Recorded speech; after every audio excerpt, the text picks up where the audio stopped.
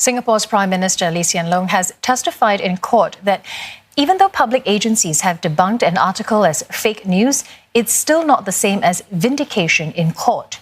His comments have come during cross-examination, explaining why he is suing blogger Leong Zi-hian for defamation.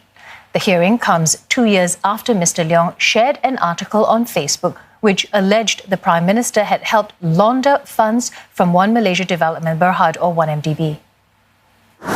Queues started forming from 5:30 a.m. as people flocked to the court to witness a case that has drawn plenty of public interest. Now, the action kicked off with Defence Counsel Lim Tien crossing swords with Mr. Lee Hsien Loong. As Mr. Leong Zi-hian's counsel, Mr. Lim questioned why Mr. Lee is suing in his personal capacity. He asserted that the Prime Minister was attempting to protect the integrity of the government rather than himself. He reasoned that public agencies have already caught out the false allegations in the article in question. Now, Mr. Lee said that a denial is not the same as vindication in court. He said that he has dual responsibilities, a public one to ensure that the government corrects false claims, and a personal one to protect his own reputation. In his own words, he said, "The government will speak for the government, and I will speak for myself personally." As both parties traded barbs, the Defence Counsel brought up the question, why just Mr. Leong? Mr. Lim said the two websites which had published the article had been allowed to go scot-free.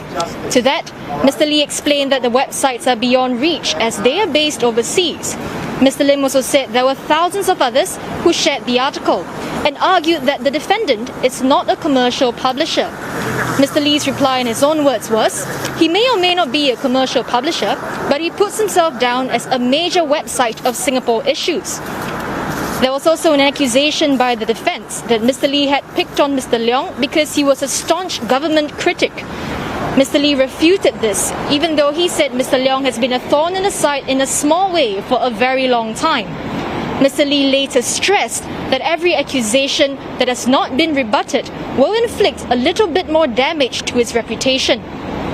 To Mr. Lim's point that his client did not act in malice, Mr. Lee said that the defendant had drawn attention to the suit even after taking down the post, like giving interviews, which aggravated the libels.